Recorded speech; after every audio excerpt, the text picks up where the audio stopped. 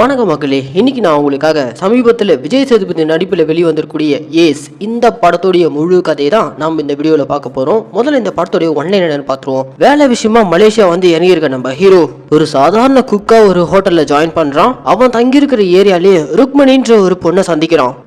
மோதல்ல ஆரம்பிச்சவங்களோட சந்திப்பு பின்னாடி காதலா மாற, அதுக்கப்புறம் ருக்மணி ஒரு பெரிய பண சிக்கல்ல மாட்டிக்கிட்டு இருக்கா. உடனடியா அவளுக்கு 10 லட்ச ரூபா தேவைப்படுதுன்னு முதல்ல சூதாட ஆரம்பிச்ச நம்ம ஹீரோ அந்த சூதாட்டத்துல மலேசியாலே ஒரு மிகப்பெரிய கேங்ஸ்டர் கட்ட பஞ்சாயத்து வட்டிக்கு விடுறவன் இப்படிப்பட்டவங்க கிட்ட போயிட்டு சூதாட்டத்துல நல்லா லாக் ஆகி கிட்டத்தட்ட நம்ம ஊர் படத்துக்கு 2 கோடி ரூபா கிட்ட அவங்க கிட்ட கடனாளியா மாறிடுறான். இப்படி பிரச்சனைக்கு மேல பிரச்சனையில ஹீரோ சிக்க கடைசியில ஹீரோயினுக்கு தேவையான பணத்தை நம்ம ஹீரோ புரட்டினாரா, இவருடைய அந்த கேங்ஸ்டர் கடன் பிரச்சனையில இருந்து தப்பிச்சாரா, இப்படி பண பிரச்சனை எல்லாம் நம்ம ஹீரோ எப்படி சால்வ் பண்ணாரு, அண்ட் ஹீரோவுடைய உண்மையான ஐடென்டிட்டி என்ன, அவருக்கு பின்னாடி இருக்கக்கூடிய ட்விஸ்ட் என்ன, இது எல்லாத்தையும் நம்ம கொஞ்சம் கூட எதிர்பார்க்காத லெவல்ல கிளைமேக்ஸ்ல ஒரு பங்கமான ட்விஸ்டோட சொன்ன படம் தான் இந்த ஏஸ்.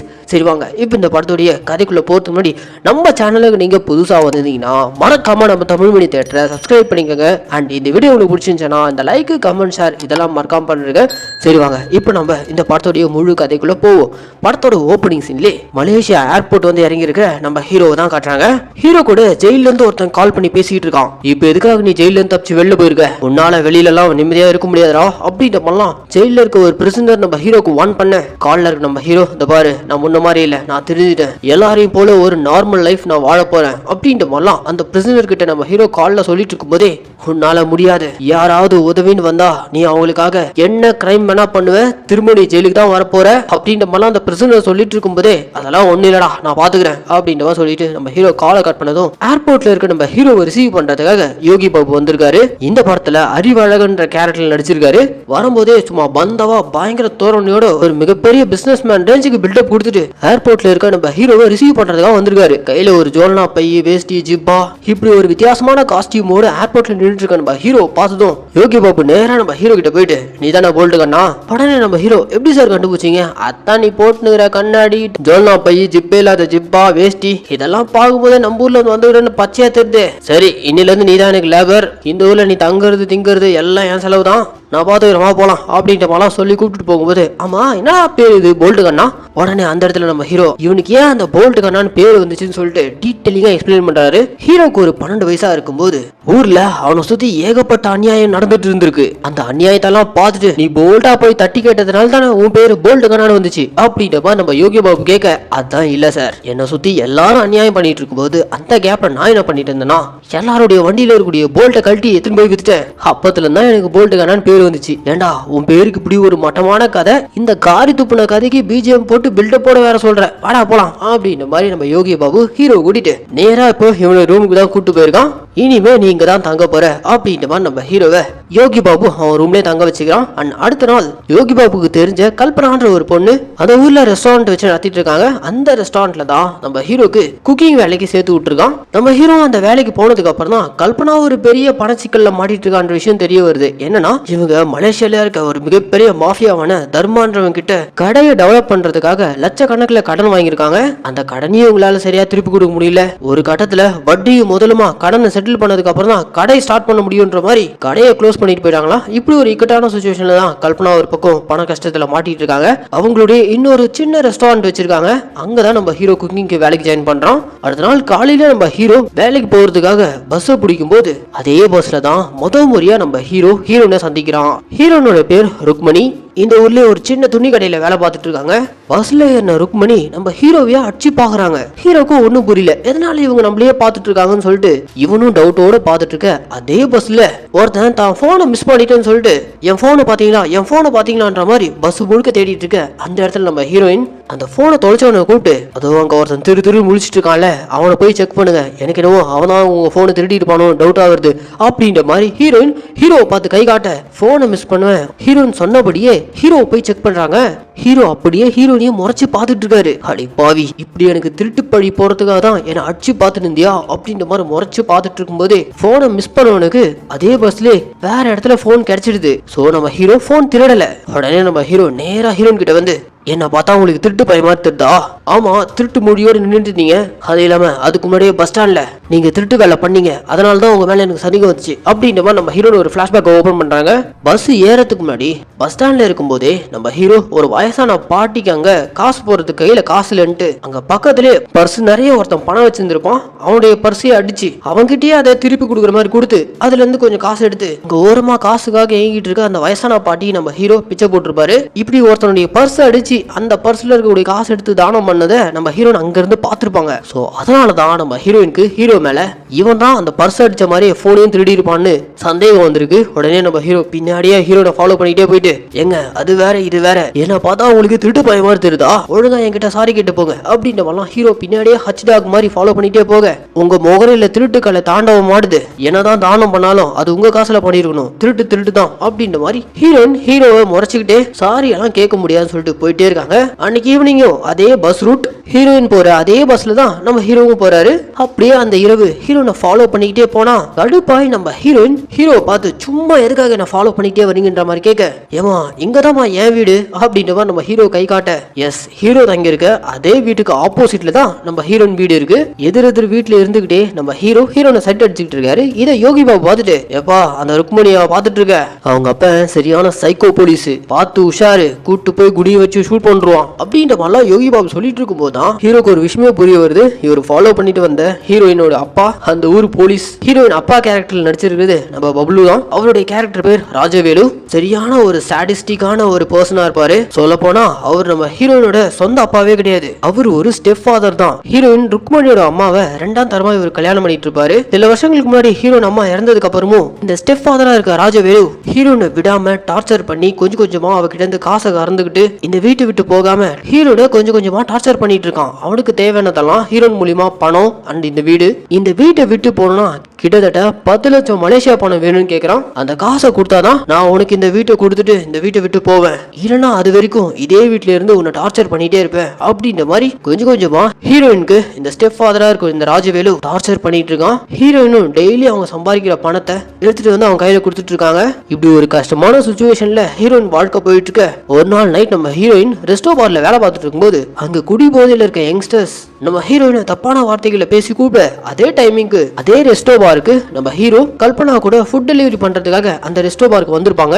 அப்பன்னு பார்த்து அதே ரவுடி பசங்க கல்பனா கிட்டயும் தப்பா நடந்துக்க, இத பார்த்து நம்ம ஹீரோ பொங்கி எழுந்து பாட்டிலாலே அந்த நபர்களை பொழக்க, என் பங்குக்கு நானும் அவனுங்களை போட்டு பொழக்காம விட மாட்டேன்ட்டு ஹீரோயினும் அந்த ஃபைட்ல ஹீரோயின் கிட்ட தப்பா நடந்துக்கணும் போட்டு பொழக்க. இந்த ஃபைட்க்கு அப்புறம் நம்ம ஹீரோ ஹீரோயின் கூட ஒரு மாதிரி ஃப்ரெண்ட்ஸா வராங்க. ரெண்டு பேரும் எதிர் வீடு, ஒரே பஸ்லயே ஒன்னா அவங்க வேலைக்கு போயிட்டு வருவாங்க. இப்படியே இவங்க ரெண்டு பேருக்குள்ளயும் க்ளோஸா ரிலேஷன்ஷிப் குள்ள போக ஒரு நாள் நம்ம ஹீரோயின் வேலை பார்க்குற அந்த டெக்ஸ்டைல் ஷாப் போயிருக்காங்க. அங்க போன இடத்துல நம்ம ஹீரோயினோட ஓனர், இந்த வீக் மட்டும் நீ ஒழுங்கா டார்கெட் அச்சீவ் பண்ணல, இதுக்கப்புறம் நீ வேலைக்கே வர வேணாம் அப்படின்ற மாதிரி கண்ணாபிரான் திட்டிட்டு போக, இது தெரியாத நம்ம ஹீரோ கடைக்குள்ள போயிட்டு ஹீரோயின் கிட்ட கேஷுவலா பேச, அப்பதான் ஹீரோயின் கோவத்துல அவங்க எப்படிப்பட்ட சிக்கல்ல மாடிட்டு இருக்காங்கன்ற விஷயத்த ஹீரோ கிட்ட சொல்றாங்க. இந்த வீக் டார்கெட் 10,000 வெள்ளி கிட்ட நான் சேல்ஸ் பண்ணி ஆகணும், உன்னால இந்த கடையில 10,000 ரூபாய்க்கு பொருள் வாங்கிட்டு போக முடியுமா? முடியாதுல, தேவையில்லாம ஏன் வேலையும் கெடுக்கிற அப்படின்ற மாதிரிலாம் ஹீரோயின் காச்சு மூச்சு ஹீரோவை பார்த்து கத்த, இந்த கவுன் எவ்வளவு வேலை? 10,000 வெள்ளி ஆகும். சரி இதை பேக் பண்ணி வை, இந்த வீக்கோட டார்கெட் 10,000 வெள்ளிக்கு நீ சேல்ஸ் காமிக்கணும்ல, 10,000 ரூபாய் மதிப்புள்ள இந்த கவுனை நான் வாங்குறேன், பேக் பண்ணி வைங்க வந்துடுன்னு சொல்லிட்டு ஹீரோ இப்போ யோகி பாபுக்கு கால் பண்ணி, முதலாளி எனக்கு உடனடியா 10,000 வெள்ளி வேணும்னு கேட்க, கால்ல இருக்க யோகி பாபுவா கடுப்பாய் கத்துறான், ஏய் வேலைக்கு சேர்ந்து ஒரு வாரம் கூட ஆகல, அதுக்குள்ள உனக்கு 10,000 வெள்ளி கேக்குதா, அதெல்லாம் கொடுக்க முடியாது படா அப்படின்ற மாதிரி காலை கட் பண்ணதும் யோகி பாபுவை தேடிட்டு நம்ம ஹீரோ போனா அந்த இடத்துல நம்ம யோகி பாபு ஒரு மிகப்பெரிய பிசினஸ் மேன் ரேஞ்சுக்கு ஆரம்பத்துல பில்டப் கொடுத்துருப்பான். ஆனா பாத்தீங்கன்னா தெருவா குப்பை பொறுக்கி குப்பைகளை கொண்டு போய் போட்டு அதுல இருந்து வரக்கூடிய காசை வச்சுதான் பொழப்பு போட்டுன்னு இருக்கான். அடே இவ்வளவு பெரிய ஃப்ராடா நீ அப்படின்ற மாதிரி நம்ம ஹீரோ யோகி பாபுவோட ஃப்ராடு தனத்தை கண்டுபிடிச்சதும், நீங்க பாரு எனக்கு என்ன பண்ணவே தெரியாது, எனக்கு 10,000 வெள்ளி உடனடியா ரெடி பண்ணி தர, அப்படி இல்லைன்னா நீ ஒரு குப்பை பொறுக்கி ஃப்ராடு ஊர்ல எல்லாம் போட்டு கொடுத்துருவேன், அது போக நீ ஒரு பெரிய பிசினஸ் மேன் தானே கல்பனாக்கு ரூட் விட்டுன்னு இருக்க, ஆனா நீ சாதாரண குப்பை பொறுக்கின்னு அவளுக்கு தெரிஞ்சுச்சுன்னா உன்னை அவ பார்க்க கூட மாட்டா அப்படின்ற மாதிரி நம்ம ஹீரோ யோகி பாபுவை பிளாக்மெயில் பண்ண, சரிடா உனக்கு என்னடா இப்போ 10,000 வெள்ளி தானே வேணும், எனக்கு தெரிஞ்ச மாமா பையன் ராஜுன்னு ஒருத்தன் இருக்கான், அவன் இந்த ஊர்லயே தர்மான்ற ஒரு பெருங்கை கிட்ட வேலை பார்த்துட்டு இருக்கான், அங்க போனா நீ கேட்ட 10,000 வெள்ளிய வட்டிக்காச்சும் வாங்கிட்டு வரலாம் வாடான்ற மாதிரி யோகி பாபு ஹீரோ கூட்டிட்டு அந்த தர்மான்றவனை சந்திக்கிறதுக்காக யோகி பாபுவோட மச்சானான ராஜுவை போய் பார்த்து அவன் மூலியமா இப்போ அந்த தர்மான்றவனை சந்திக்கிறதுக்காக போட்ல போறாங்க. அப்படி போகும்போதே இந்த தர்மான்றவன் எப்படிப்பட்டவன், அவன் எந்த அளவுக்கு மோசமானவன், கடன் மட்டும் வாங்கிட்டு ரிட்டர்ன் கொடுக்கலனா ஒண்ணு கைவிரலை வெட்டிடுவான், இல்லனா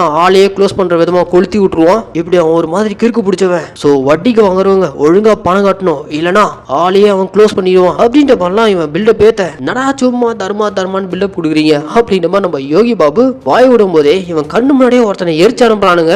கேட்டா இவன் கடன் வாங்கினவன் கிடையாது, கடன் வாங்கி கொடுத்தவனுடைய ஃப்ரெண்டு. கடன் வாங்கினவன் ஓடிட்டானா, சோ அவன் சிக்கலன்னு அவன் ஃப்ரெண்டை போட்டு எரிச்சிருக்கானுங்க. இதெல்லாம் பார்த்துட்டு இவனுக்கு அள்ளு இல்ல. அப்ப ஸ்பாட்லயே நம்ம ஹீரோ தர்மா கிட்ட எல்லாம் கடன் வாங்குறது ரொம்ப ரிஸ்க், நீ வேற ரொம்ப பயப்படுற, சோ அதனால என்கிட்ட வேற பிளான் இருக்குன்னு சொல்லிட்டு அங்க தர்மா இடத்துல போக்கர் கேம் விளையாடிட்டு இருக்காங்க. முதல்ல நம்ம ஹீரோ யோகி பாபு கிட்ட இருந்து 500 வெள்ளிய கடனை வாங்கி போக்கர் கேம் விளையாட ஆரம்பிக்கிறான். விளையாடுறான் சும்மா வேற லெவல்ல விளையாடுறான். கிட்டத்தட்ட இவனுக்கு தேவையான 10,000 வெள்ளி கிட்ட அசால்ட்டா ஜெயிச்சிடறான். இவன் விளையாடிட்டு இருக்கிறத அங்க அந்த இடத்தோட முதலாளியான தர்மா பார்த்துட்டு, முடிஞ்சா என்கிட்ட விளையாடி வின் பண்ணி பாரு அப்படின்ற மாதிரி அந்த மிகப்பெரிய கேங்ஸ்டரான தர்மா வந்து ஹீரோ கிட்ட சவால் விட, ஹீரோ கையில இருக்க மொத்த பணத்தையும் பிட் கட்டுறான். ஆப்போசிட்ல இருக்க தர்மா கிட்டத்தட்ட 2,50,000 வரைக்கும் அவரும் பிட் கட்டுறாரு. என்கிட்ட எல்லாம் அவ்வளவு பணம் இல்லைன்ற மாதிரி நம்ம ஹீரோ சொல்ல, உனக்கு எவ்வளவு கடன் வேணும் கேளு நான் தரேன். அப்படியா வாண்டடா வாய் விடுறீங்க, எனக்கு அப்போ 5 லட்சம் வெள்ளி வேணும் அப்படின்ற மாதிரி நம்ம ஹீரோ பெரிய அமௌண்ட்டா கேட்க யோகி பாபுக்கு அள்ளு இல்ல. டேய் 5 லட்சம் வெள்ளினா கிட்டத்தட்ட நம்ம ஊர் பணத்துக்கு 1 கோடி ரூபாடா. மாவன சூதாட்டத்துல தோத்தோம்,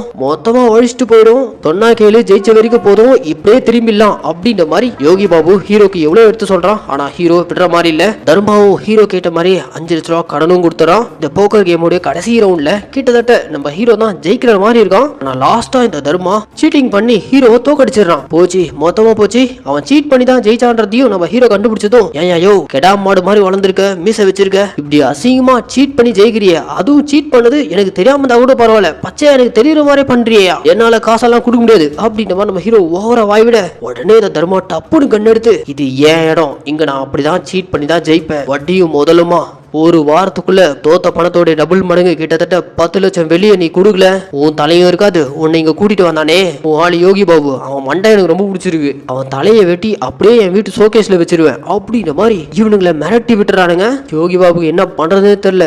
அப்பவே சொன்னேன் 10,000 வெள்ளி ஜெயிச்சமா வீட்டுக்கு போனோமான்னு இருந்தா இவ்வளவு பெரிய சிக்கல்ல மாட்டி இருக்க மாட்டோம், தேவையில்லாம இப்படி கோத்து விட்டியே அப்படின்ற மாதிரி யோகி பாபு ஒரு பக்கம் புலம்பிட்டு இருக்க. ஹீரோவை தேடிக்கிட்டு ஹீரோயின் வீட்டுக்கு வந்ததும் அங்க யோகி பாபு ஹீரோயின் கிட்ட எல்லாத்தையும் வளரி, உன் கடையில அந்த 10,000 வெள்ளிக்கு கவுன் வாங்கறதுக்காக என் தலையவே அடமானம் வச்சிட்டாமா, கிட்டத்தட்ட 1 கோடி ரூபாய் கடன் ஆயிடுச்சு அப்படின்ற மாதிரி யோகி பாபு புலம்ப. அந்த இடத்துல நம்ம ஹீரோனை பார்த்து, இந்த பாரு இதெல்லாமே உனக்காக தான் பண்ணேன், இப்ப கூட ஒன்றும் பிரச்சனை இல்லை, நான் இந்த பிரச்சனையை சால்வ் பண்றேன், நீ கவலைப்படாத அப்படின்ற மாதிரி சொல்லிட்டு இருக்கும்போது அந்த இடத்துல ஹீரோன் ஒரு மாதிரி கண் கலங்கிட்டு, நான் எவ்வளவு பெரிய சிக்கல்ல மாட்டிட்டு இருக்கேன் தெரியுமா, என் வீட்டுல அப்பன்ற பேர்ல ஒருத்தர் இருக்கான்ல, அவன் என் சொந்த அப்பாவே கிடையாது, அவன் என்னுடைய ஸ்டெப் ஃபாதர், தினம் குடிச்சு கூத்தடிச்சுக்கிட்டு என் அம்மா வாழ்ந்த அந்த வீட்டையை நாசம் பண்ணிட்டு இருக்கான். அவன் கிட்ட இருந்து நான் அந்த வீட்டை வாங்கணும், கிட்டத்தட்ட எனக்கு 10 லட்சம் வெள்ளி தேவைப்படுது. கொஞ்சமா கஷ்டப்பட்டு அவனுக்கு அந்த பணத்தை செட்டில் பண்ணிட்டு என் மனசுக்கு பிடிச்ச உன்னோட அந்த வீட்டுல வாழலாம்னு நினைச்சா நீ இப்போ இவ்வளவு பெரிய பிரச்சனையில வந்து மாட்டிட்டு இருக்கே, தயவு செஞ்சு இதுக்கப்புறம் எதுவும் பண்ணாத அப்படின்றப்பெல்லாம் ஹீரோன் அழுதுகிட்டே ஹீரோவை பார்த்து சொல்ல, அந்த இடத்துல ஹீரோயின் கண்ணில் இருக்கக்கூடிய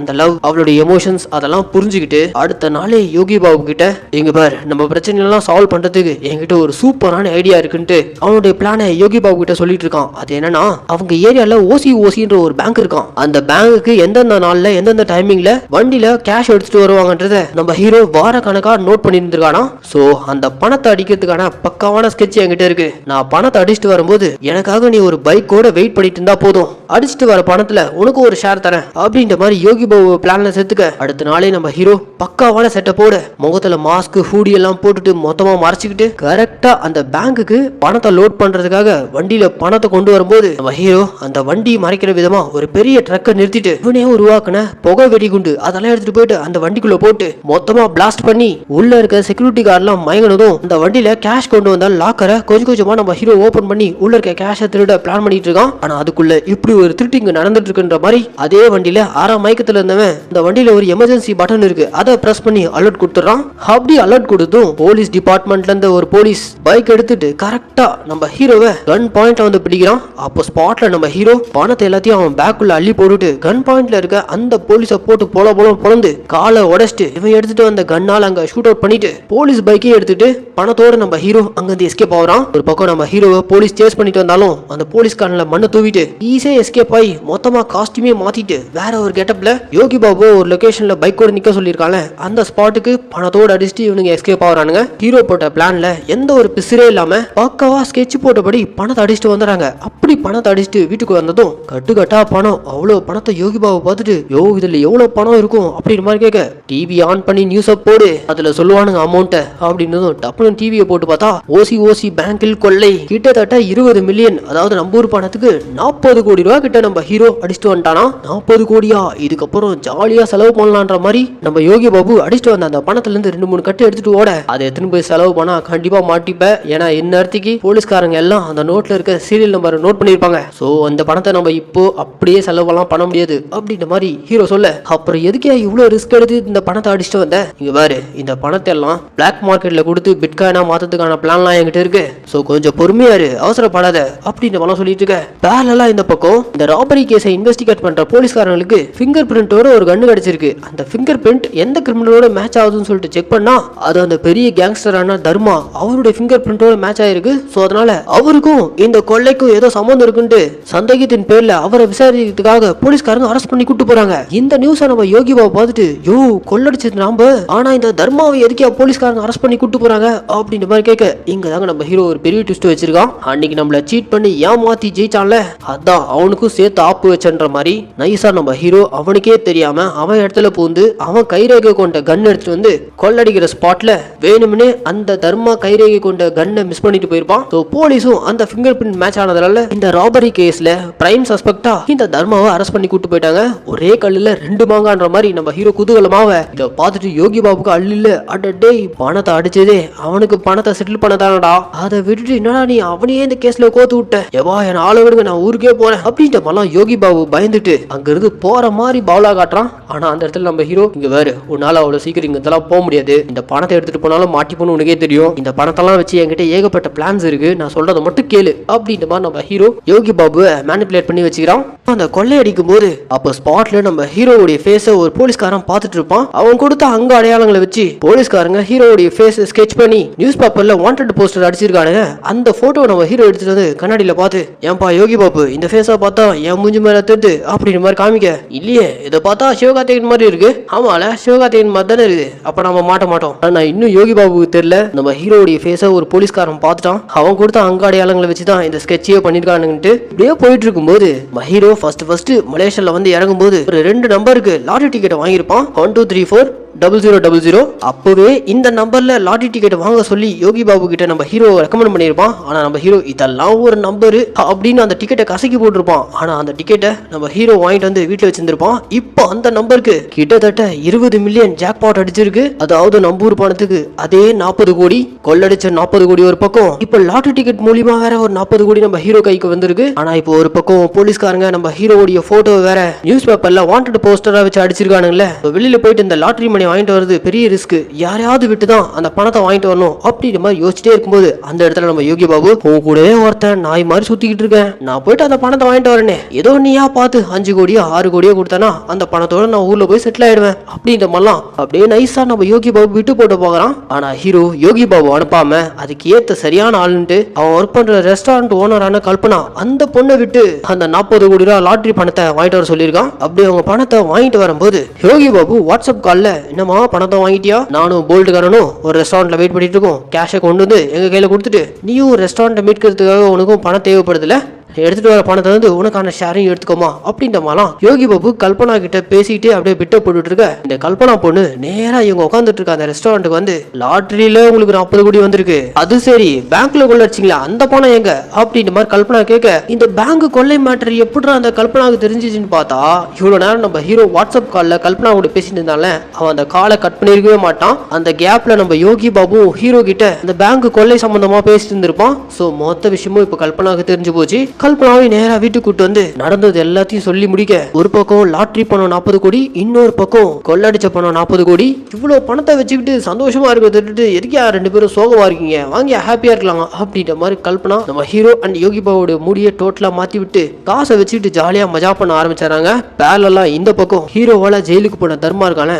அவன் பெயில்ல வெளில வந்துட்டான். கன் எப்படா மிஸ் ஆச்சு, யாரா கண்ணை திருடுனது அப்படின்ற மாதிரி அவன் ஒரு பக்கம், யார் நம்மள போலீஸ்ல இப்படி கோத்து விட்டான்னு சொல்லிட்டு அவன் ஒரு பக்கம் வெறியோட தேடிட்டு இருக்க. பேரலா இந்த பக்கம் நம்ம ஹீரோயினை ஒரு பெரிய ஹோட்டலுக்கு இன்வைட் பண்ணியிருக்கான். அப்படியே அந்த ஹோட்டலுக்கு கூப்பிட்டு, இந்தா உன் ஸ்டெப் ஃபாதர் மூஞ்சிலே இந்த 10 லட்சம் ரிங்கெட்டை தூக்கி அடிச்சிட்டு, இதுக்கப்புறம் உன் அம்மா வாழ்ந்த வீடு அது உனக்கு தான் சொந்தம் அப்படின்ற மாதிரி பண பேக்கோட நம்ம ஹீரோயினை சந்திக்க வர, அவ்வளவு பணத்தை பார்த்ததும் நம்ம ஹீரோயினுக்கு ஹீரோ மேல சந்தேகம் தான் வருது. இவ்வளவு பணம் எப்படி வந்துச்சு? அதுக்கு நம்ம ஹீரோ அப்படியே மழுப்பிக்கிட்டே, இங்க பாரு, கல்பனாக்கு லாட்டரியில கிட்டத்தட்ட 20 மில்லியன் அடிச்சிச்சு, அவங்க தான் இந்த காசை கொடுத்து உதவுனாங்க அப்படின்ற மாதிரிலாம் சொல்லிட்டு இருக்கும்போதே, கல்பனா எதுக்கு உனக்கு இவ்வளவு பணம் தரணும் அப்படின்ற மாதிரி திரும்ப நம்ம ஹீரோயின் சந்தேகத்தோட கேள்வி கேட்டுட்டே இருக்கும்போது, அப்ப ஸ்பாட்ல அந்த பணத்தை வாங்குறதுக்காக ஹீரோனோட ஸ்டெப் ஃபாதரான அந்த ராஜவேலு அந்த பணத்தை வாங்குறதுக்காக இவங்க இருக்க அந்த ஹோட்டலுக்கு வந்ததும், அங்க ஸ்பாட்ல ஹீரோயின் கூட இருக்க ஹீரோவை பார்த்துட்டு, அடே நீதான் அந்த காதலனா அப்படின்ற மாதிரி இந்த இடத்துல ஒரு மிகப்பெரிய ட்விஸ்ட கொடுக்குறான். அது என்ன ட்விஸ்ட்னா, நம்ம ஹீரோ அந்த பேங்க் வண்டியை வழிமறிச்சு கொள்ளடிச்சால,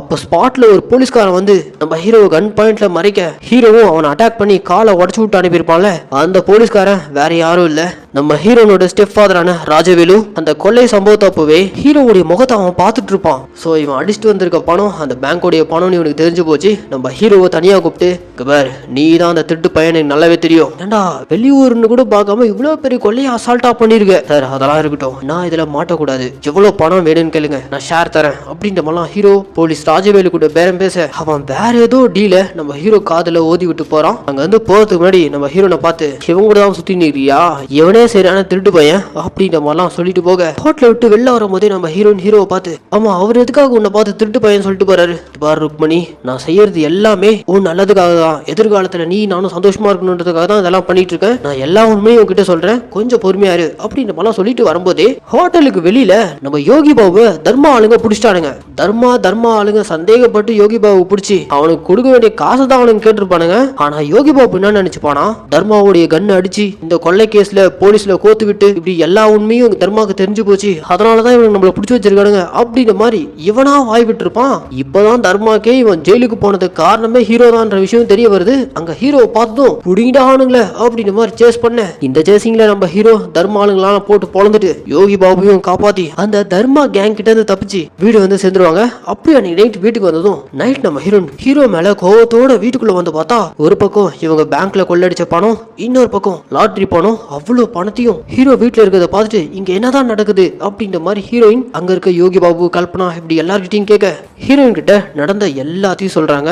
இது எல்லாமே உனக்காக தான் பண்ணான்ற மாதிரி ஹீரோவை பார்த்து சொல்ல, நான் உன்கிட்ட இதெல்லாம் பண்ணணும்னு கேட்டனா அப்படின்ற மாதிரி ஹீரோ பிடிச்சி திட்ட, அப்ப ஹீரோனை தனியா கூட்டு வந்து, இங்க பாரு, உன் ஸ்டெப் ஃபாதர் ஹோட்டல்ல இருக்கும்போது என்ன கேட்டு போனா தெரியுமா, கொள்ளடிச்ச பணம் மொத்தமும் வேணுமா, அண்ட் உன் அம்மாவோட வீடு அது போக உன்னை அவன் 16 வயசுல இருந்து பார்த்துட்டு இருக்கானா, சோ நீயும் அவனுக்கு வேணும்ன்ற மாதிரி கேட்டான், இப்ப சொல்லு நான் என்ன பண்ணட்டும் அப்படின்ற மாதிரி ஹீரோ சொல்ல, அப்படியா சொன்னா அவனை சும்மாவை விட்ட, அவனை இப்பயே போயிட்டு பொழக போறேன் அப்படின்ற மாதிரி ஹீரோன் கொந்தளிக்க, கொஞ்சம் பொறுமையா இருமா, என்கிட்ட ஒரு பக்கமான பிளான் இருக்கு, அந்த பிளானை நம்ம எக்ஸிக்யூட் பண்ணோம், இந்த பண பிரச்சனை, உன்னுடைய ஸ்டெப் ஃபாதர் ப்ராப்ளம், எனக்கான தர்மா ப்ராப்ளம், இப்படி எல்லாத்தையும் சால்வ் பண்ணிட்டு நம்ம ஈஸியா செட்டில் ஆயிடலாம் அப்படின்ற மாதிரி நம்ம ஹீரோ ஒரு பெரிய பிளானை போட்டுக்கிட்டு இருக்கான். அந்த பிளானை சொல்லி முடிச்சதும் யோகி பாபு அலறான், டேய் என்னடா பிளான் இது, காரணம் தப்புனா மறந்தோம், என்னாலாம் முடியாதுப்பா அப்படின்ற மாதிரி அவன் பாத்துற. ஆனா அந்த இடத்துல நம்ம ஹீரோயின், இந்த பிளானுக்கு நான் ரெடி அப்படின்ற மாதிரி முதல்ல ஹீரோயின் எந்திரிக்கிறா. பக்கத்திலேயே கல்பனாவும், இந்த பிளானை விட்டா நமக்கு வேற வழி இல்ல, இந்த பிளானே எக்ஸிக்யூட் பண்ணலாம் அப்படின்ற மாதிரி ஹீரோயின் கல்பனா இப்படி 3 பேரும் அந்த பிளானுக்கு ஓகே சொல்ல,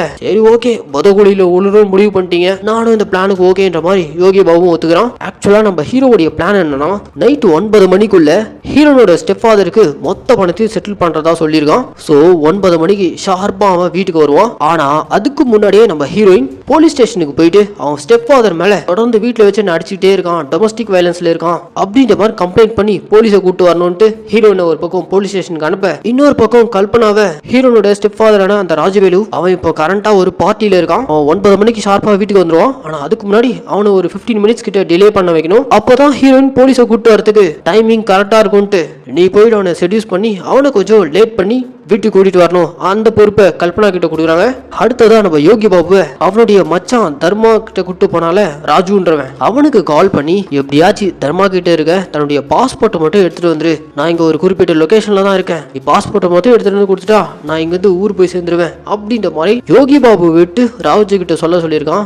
ஏன்னா எப்படியும் அந்த தர்மா ராஜுவை லாக் பண்ணி ஹீரோ இருக்கக்கூடிய லொகேஷனை தேடிட்டு இருந்திருப்பான். சோ வாண்டடா யோகி பாபு கால் பண்ணி பேசினானா யோகி பாபு வச்சு அவனுங்க ஹீரோனை பிடிக்கிறதுக்காக கண்டிப்பா வருவானுங்க. அப்போ அவனுங்களை கோழி அமுக்கிற மாதிரி இந்த வீட்டுல வச்சு அவங்க கதையை முடிச்சிடலாம் சொல்லிட்டு நம்ம ஹீரோ ஒரு பக்காவான பிளானோட அந்த இரவு எக்ஸிக்யூட் பண்றான். ஹீரோ பிளான் பண்ணபடியே அந்த தர்மாவுடைய ஆளுங்களும் யோகி பாபு பிடிக்கிற விதமா நம்ம ஹீரோ இருக்கக்கூடிய லொகேஷனுக்கு வந்து சேரானுங்க. அப்படி அந்த ஸ்பாட்டுக்கு வந்ததும் கன்னோட நம்ம ஹீரோ தர்மாவை பிடிக்கிறான். அந்த ஸ்பாட்ல சரியான ஃபைட். அந்த ஃபைட்டோட முடிவுல நம்ம ஹீரோ அங்க இருக்க தர்மாவுடைய ஆளுங்களையும் தர்மாவையும் ஷூட் பண்ணி காலி பண்ணிட்டு அதே டைமிங் அங்க ஹீரோனுடைய ஸ்டெப் ஃபாதரான ராஜவேலியும் கல்பனா மூலியமா அந்த ஸ்பாட்டுக்கு வர வச்சிருக்கான். இப்ப ராஜவேலு அந்த வீட்டுக்குள்ள வந்து பார்க்கும்போது தர்மாவுடைய ஆளுங்கெல்லாம் அங்க செத்து கிடறாங்க. அண்ட் அங்க பேக் முழுக்க பேங்க்ல இருந்து கொள்ளடிச்ச அதே சீரியல் நம்பர் கொண்ட பணம் அதெல்லாம் இருக்கிறத பார்த்துட்டு இருக்கும் போதே அப்ப ஸ்பாட்ல நம்ம ஹீரோன் போலீஸோட உள்ளுக்குள்ள என்ட்ரி கொடுக்குறாங்க. அப்படி உள்ள வரும்போதே ஆல்ரெடி நம்ம ஹீரோ அந்த வீட்டுல ஒரு ஸ்பீக்கரை செட் பண்ணிட்டு வந்திருப்பான். அந்த ஸ்பீக்கர் மூலியமா நம்ம ஹீரோன் உள்ளுக்குள்ள வரும்போதே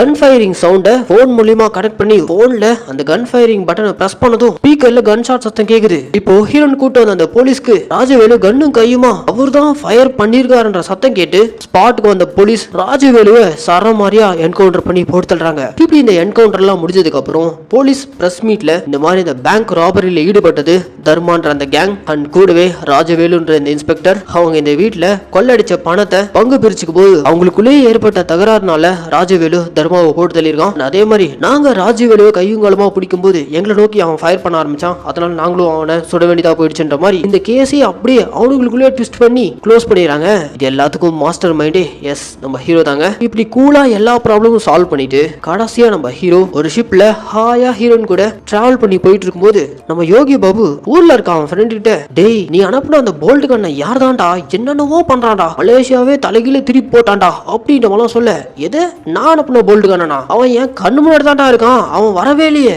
அப்படின்ற மாதிரி ஊர்ல இருக்க அவன் ஃப்ரெண்டு ட்விஸ்ட் கொடுக்க இந்த இடத்துல யோகி பாபு நம்ம ஹீரோவை பார்த்து அடே அப்ப நீ போல்ட் கண்ணனே கிடையாதா அப்ப நீ யார் தான்டா அப்படின்ற மாதிரி ஹீரோ பார்த்து கேட்க எஸ் உண்மையான ஐடென்டிட்டியை நம்ம ஹீரோ இன்னும் ரிவீல் பண்ணல. யார் தான் நம்ம ஹீரோ, அவனுடைய பாஸ்ட் லைஃப் என்ன, இப்படி பல கேள்விகளும் கியூரியாசிட்டியோட பார்ட் 2க்கு லீடை கொடுத்து ஒரு பக்காவான ட்விஸ்டோட இந்த படத்தை முடிக்கிறாங்க. சின்ன மக்களே இந்த படத்துக்கு நான் கொடுத்த வாய்ஸ் ஓவர் கண்டிப்பா உங்களுக்கு பிடிச்சிருக்கும் நான் நம்புறேன். இதே மாதிரி தொடர்ந்து நம்ம மினி தியேட்டர்ல ரிலீஸ் ஆகக்கூடிய படங்கள்லாம் நீங்க பார்க்கணும்னு ஆசைப்பட்டீங்கன்னா மறக்காம நம்ம தமிழ் மினி தியேட்டரை சப்ஸ்கிரைப் பண்ணிக்கோங்க அண்ட் கூடவே பெல் ஐக்கானையும் ப்ரெஸ் பண்ணிக்கோங்க. அப்பதான் நம்ம மினி தியேட்டர்ல ரிலீஸ் ஆகக்கூடிய படங்கள்லாம் உங்க கைக்கு டைமிங் வந்து சேரும். அண்ட் இந்த வீடியோ உங்களுக்கு பிடிச்சிருந்துச்சுன்னா இந்த லைக் கமெண்ட் ஷேர் இதெல்லாம் மறக்காம பண்ணுங்க. இதே மாதிரி ஒரு சூப்பரான படத்தோட நான் உங்களை நாளைக்கு சந்திக்கிறேன். Tata bye bye.